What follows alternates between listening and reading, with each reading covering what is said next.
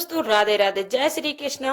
एक बार फिर से स्वागत है आप सभी का अपने YouTube चैनल में। तो शास्त्र में कुछ ऐसी चीजों का वर्णन किया गया है जिन्हें होली की अग्नि में डालने की मनाही होती है। अगर आप इन चीजों को बिना जाने समझे होली की अग्नि में डाल देते हैं तो इससे आपके जीवन में उल्टा असर हो सकता है। घर में गरीबी आ सकती है और कंगाली छा सकती है। कुछ लोग बिना जाने समझे होली की आग में कुछ ऐसी चीजें डाल देते हैं जिनका उनके जीवन में गलत प्रभाव पड़ सकता है। उन्हें यह पता ही नहीं होता है कि इन चीजों को होली में जलाने से घर बर्बाद होने की स्थिति आ सकती है।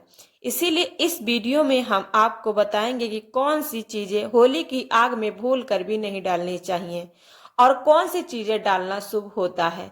पूरी जानकारी के लिए वीडियो को अंत तक जरूर देखिएगा। और पंचांग के अनुसार इस साल फागुन पूर्णिमा तिथि 13 मार्च गुरुवार को सुबह 10:36 से शुरू होगी और 14 मार्च शुक्रवार को दोपहर 12:01 पर समाप्त होगी। क्योंकि चंद्रोदय 13 मार्च को ही होगा, इसीलिए पूर्णिमा व्रत 13 मार्च गुरुवार को रखा जाएगा। अगले दिन जब दोपहर में पूर्णिमा समाप्त हो रही होगी तब पूर्णिमा का स्नान और दान किया जाएगा। होली का दान 13 मार्च गुरुवार को होगा, यानी कि इस दिन पूर्णिमा का व्रत और सत्यनारायण भगवान का व्रत भी रहेगा। अगले दिन 14 मार्च को शुक्रवार रंगों वाली होली खेली जाएगी। दोनों दिनों 13 मार्च और 14 मार्च को स्नान और दान कर सकते हैं, लेकिन ब्रह्म मुहूर्त में पूर्णिमा तिथि के दौरान स्नान करना सबसे उत्तम माना जाता है। जो लोग 13 मार्च को फागुन पूर्णिमा का व्रत रखें वे रात में चंद्रमा को अर्घ देंगे और पूजा करेंगे और शाम को 5:45 पर चंद्रोदय होगा और पूर्णिमा लगते ही भद्रा काल शुरू हो जाएगा। भद्रा काल 13 मार्च गुरुवार को सुबह 10:36 से लेकर देर रात्रि 11:26 तक रहेगी। ऐसे में होलिका दहन भद्रा खत्म हो जाने के बाद किया जाएगा। होलिका दहन का शुभ मुहूर्त 13 मार्च गुरुवार को रात 11:26 से लेकर मध्य रात्रि 12:35 तक रहेगा। होलिका का पूजन और दहन हमेशा शुभ मुहूर्त में ही करना चाहिए। अशुभ समय में किया गया होलिका दहन जीवन भर परेशानियां बुला सकता है। अब बात कर लेते हैं चंद्र ग्रहण की। इस बार चंद्र ग्रहण 14 मार्च को सुबह 9:02 से शुरू होगा और दोपहर 3:30 पर समाप्त होगा। क्योंकि यह ग्रहण दिन में लगेगा, इसीलिए भारत में यह नहीं दिखाई देगा और यहाँ इसका सूतक काल भी मान्य नहीं होगा। दोस्तों, जब भी चंद्र ग्रहण लगता है तब ग्रहों की विशेष स्थिति बनी रहती है। इसी दौरान मंगल, सूर्य और राहु आमने सामने होते हैं। हमारे वेद और पुराणों में बताया गया है कि चंद्र ग्रहण के समय देवी शक्तियों का प्रभाव कुछ समय के लिए कम हो सकता है। शास्त्रों में नक्षत्र विद्या के अनुसार होली की रात को सिद्ध प्राप्ति की रात माना गया है। इस रात सकारात्मक और नकारात्मक दोनों तरह की ऊर्जा बहुत सक्रिय होती रहती है। यही कारण है कि लोग सदियों से इस दिन विशेष साधना और उपाय करते आए हैं। ऐसा माना जाता है कि होली की रात की गई साधना बहुत प्रभावशाली और फलदायी मानी जाती है, जिससे निश्चित रूप से फल मिलता है। इस दिन किसी भी देवता की साधना सिद्ध की जा सकती है। तो ऐसे में क्या आप जानते हैं कि होली पर कुछ चीजें ऐसी होती हैं जिन्हें कभी भी अर्पित नहीं करना चाहिए। इन चीजों को अर्पित करने से लाभ के बजाय भारी नुकसान हो सकता है।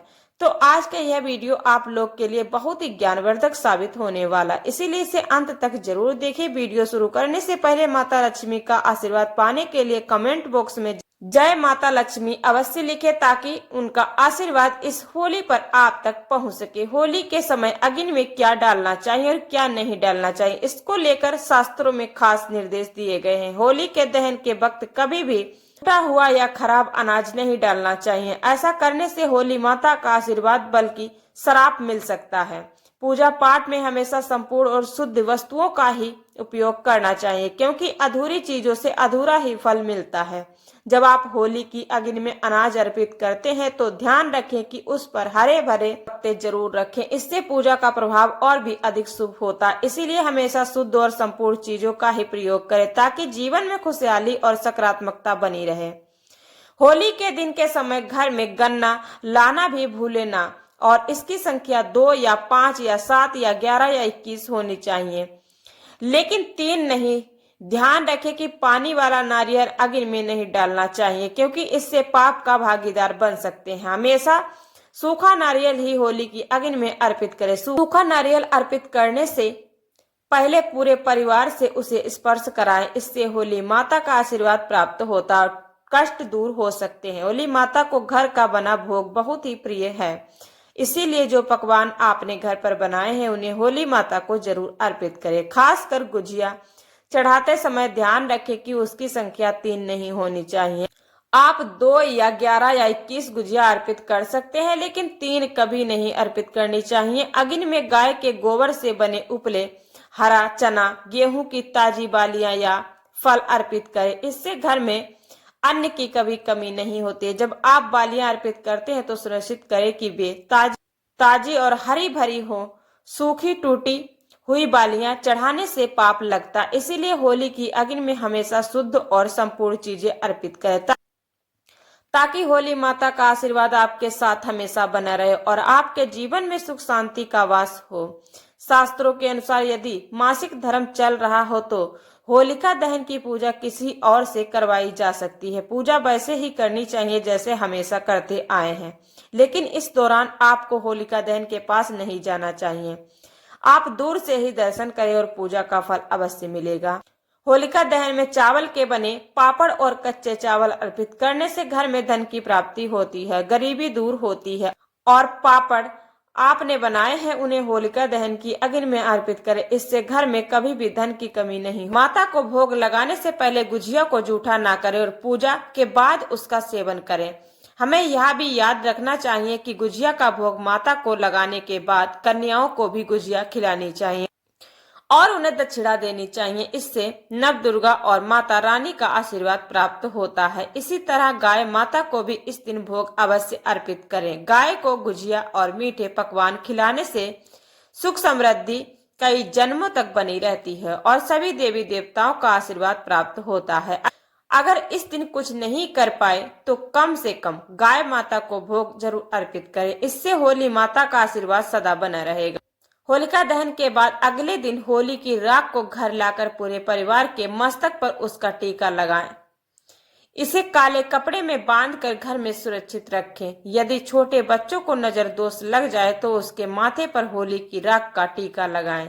इससे बुरी नजर का असर नहीं होता। होलिका की रात में कुछ खास उपाय करने से घर में सुख समृद्धि आती है, नकारात्मक ऊर्जा दूर होती। इस दिन विशेष ध्यान रखें कि सफेद चीजें किसी को ना दें और ना ही किसी से लें, क्योंकि होली के दिन टोने टोटके ज्यादा प्रभावी माने जाते। इसीलिए इस दिन सफेद चीजें ना लें और इस तरह से होली के दिन और होली का दहन की पूजा करने से आप अपने घर में सुख समृद्धि और सकारात्मक ऊर्जा का वास करा सकते हैं।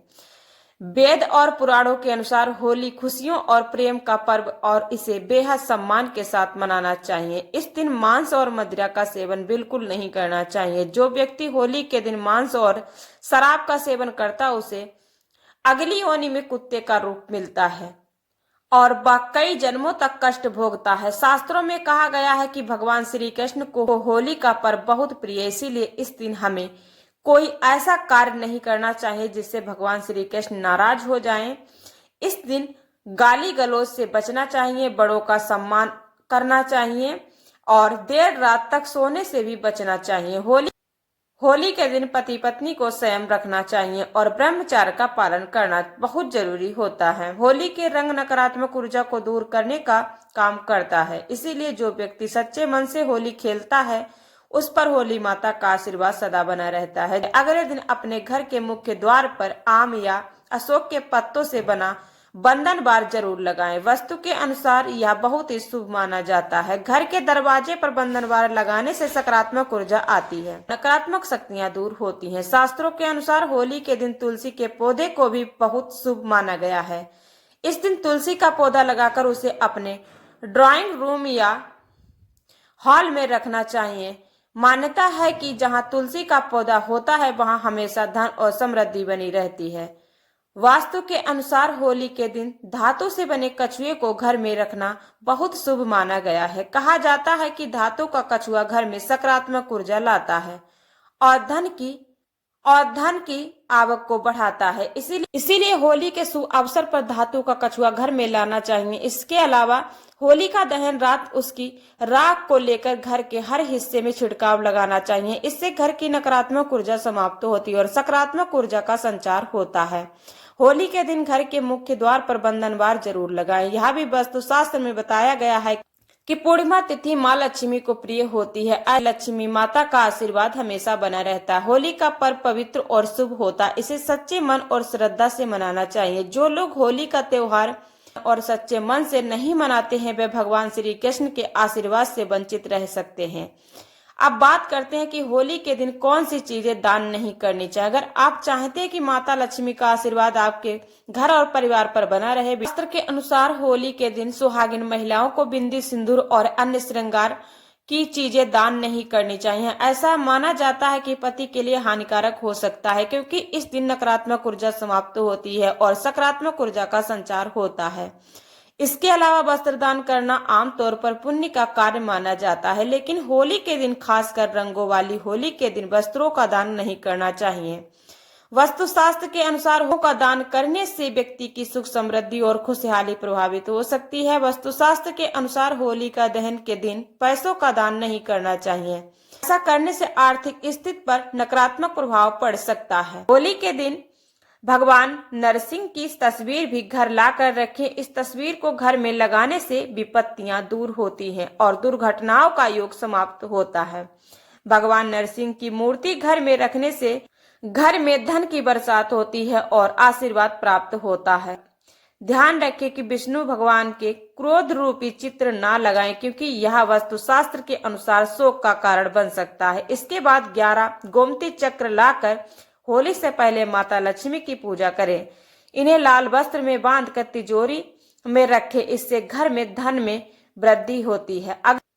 अगली बात है, होली से पहले एक सूखा नारियल और खरीदे, उस पर स्वास्तिक का चिन्ह बनाकर घर में रखें। होली के दिन इस नारियल को अग्नि में डालकर सभी परिवार के सदस्य को खिलाएं। इससे जीवन की समस्याएं खत्म हो सकती हैं और घर में खुशहाली आ सकती है।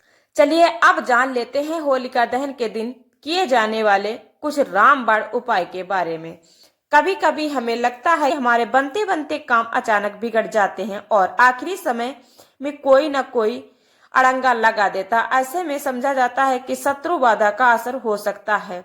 होलिका दहन के दिन अगर इस समस्या से छुटकारा पाना चाहते हैं तो गोमती चक्र का उपाय बेहद प्रभावी साबित हो सकता है। होलिका की आग में 7 गोमती चक्र अर्पित करें और पूरे विश्वास के साथ भगवान से शत्रु बाधा के नाश की प्रार्थना करें। ऐसा करने से शत्रु का प्रभाव कम हो सकता है और आपके काम में रुकावटें नहीं आती हैं। अब बात करते हैं दूसरे उपाय के। तो वैसे तो माता लक्ष्मी अपने भक्तों से बहुत जल्द प्रसन्न हो जाती, लेकिन यदि आप चाहते हैं कि उनकी कृपा आपके घर परिवार पर हमेशा बनी रहे तो सरसों के दानों का खास उपाय अपनाएं। होलिका दहन के समय माता लक्ष्मी को याद करते हुए कुछ सरसों के दाने होलिका की आग में अर्पित करें। इससे माँ लक्ष्मी की विशेष कृपा आपके ऊपर बनी रहती है, आपके घर परिवार पर बनी रहती है और आपके घर में सुख, समृद्धि और धन का वास होता है। इन आसान उपायों को अपनाकर आप अपने जीवन में आ रही परेशानियों से छुटकारा पा सकते और जीवन में सुख समृद्धि ला सकते हैं। होली का त्योहार न सिर्फ रंगों और खुशियों का पर्व है, बल्कि यह एक विशेष अवसर है जब हमें अपने जीवन को बेहतर बना सकते हैं। शास्त्रों के अनुसार होली के दिन अगर आप एक विशेष वृक्ष को छूकर आते हैं तो इससे आपकी गरीबी दूर हो सकती है और जीवन में धन की वृद्धि हो सकती है। भगवान विष्णु और माता लक्ष्मी का आशीर्वाद प्राप्त करने के लिए इस विशेष वृक्ष की पूजा करना अत्यंत लाभकारी माना जाता है। होली का त्योहार बुराई पर अच्छाई की जीत का प्रतीक है। शास्त्रों में कहा गया है कि इस दिन पेड़ पौधे और जीव जंतु जागृत अवस्था में होते हैं, उनमें देवी देवताओं का वास होता है। मैं आपको इस वीडियो में एक विशेष वृक्ष के बारे में बताऊंगी जिसे होली के दिन छूकर भगवान विष्णु और माता लक्ष्मी का आशीर्वाद प्राप्त कर सकते हैं। यह वृक्ष कोई साधारण वृक्ष नहीं है, बल्कि एक देव वृक्ष है। वह विशेष वृक्ष जिसे होली के दिन छूने से आपके जीवन में चमत्कारी बदलाव आ सकते हैं। यह वृक्ष भगवान नरसिंह से जुड़ा हुआ है। जब भगवान नरसिंह जी ने हिरण्यकश्यप का वध किया था तो उनके नाखूनों में असहनीय खुजली होने लगी। इस पीड़ा से राहत पाने के लिए उन्होंने अपने उन्होंने अपने नाखून गूलर के वृक्ष पर रगड़े। इसके कारण गूलर के वृक्ष को पीड़ा हुई, लेकिन गूलर ने भगवान नरसिंह से कहा कि उनकी पीड़ा समाप्त हो गई, लेकिन अब वृक्ष को राहत चाहिए। भगवान नरसिंह ने वृक्ष को आश्वस्त किया और कहा कि तुम चिंता मत करो, जल्दी ही तुम्हारी पीड़ा समाप्त हो जाएगी और हर होली के दिन भगवान विष्णु और माता लक्ष्मी का वास तुम पर रहेगा। इसीलिए बेहद पुराणों में कहा गया है कि होली के दिन अगर आप गूलर के वृक्ष को एक लोटा जल अर्पित करें और उसे छू ले तो वह वृक्ष व्यक्ति के जीवन की सभी परेशानियों और कष्टों को अपने में समाहित कर लेता है। इससे जीवन में धन, सुख, समृद्धि और ऐश्वर्य की प्राप्ति होती है और सभी मनोकामनाएं पूर्ण होती हैं। यही कारण है कि होली के दिन गूलर के वृक्ष को छूना बहुत फलदायी माना जाता है। इस दिन भगवान विष्णु और माता लक्ष्मी का आशीर्वाद प्राप्त करने के लिए आपको बस इतना करना है कि एक लोटा जल ले, उसमें 5 इलायची डालें और उस जल को पीपल के वृक्ष के पास अर्पित करें। फिर पीपल के वृक्ष की 11 परिक्रमा करें और ओम नमो भगवते वासुदेवाय का जाप करें। यह एक मंत्र भगवान विष्णु के आशीर्वाद को प्राप्त करने के लिए बहुत ही शक्तिशाली माना जाता है। अगर दोस्तों आपको यह वीडियो पसंद आया हो तो इसे लाइक जरूर करें। अगर आपने अभी तक चैनल को सब्सक्राइब नहीं किया है तो जल्दी से सब्सक्राइब जरूर कर ले, ताकि हम आपको ऐसे और भी उपयोगी वीडियो समय समय पर लाते रहे। साथ ही बेल आइकन को दबाना ना भूले, ताकि हमारी वीडियो की नोटिफिकेशन सबसे पहले पहुंचे आप लोगों के पास।